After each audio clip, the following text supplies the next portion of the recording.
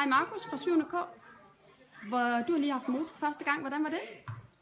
Jeg synes, det var spændende, den måde at høre om trivsel på. Jeg synes, fordi at det giver sådan lidt indsigt i, hvordan det er, hvad vi skal gøre for at have det godt. Og sådan noget, min klasse, de var så også ret søde i forvejen. Men det giver sådan en god indsigt i, hvordan vi skal prøve at være, og at vi skal respektere og acceptere hinanden, som vi er. Synes jeg lidt. Hvad kan du være modig omkring her i fremtiden? Jeg synes, det man kan være modig om, det er, at man kan sige fra til forskellige ting. Hvis man nu bliver presset af folk, så kan man sige nej. Det synes jeg, det man sådan, ligesom er mest mod til.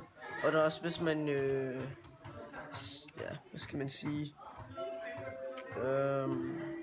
Er der noget med de andre værdier, I taler om? Mod til omsorg og mod til at leve. Hvad tænker du om det? Mod til omsorg, det er sådan lidt med, at hvis nu der er en, der bliver ked af det, så er der også de andre, de skal ligesom prøve at tænke på personen. Men så er der også en ting, man skal være modig til, det er, at man skal til at sige, hvis man bliver ked af det.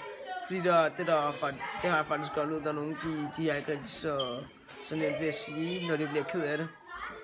Så det skal man også tage med. Ja. Glæder du dig til at motor næste gang? Ja. Fedt.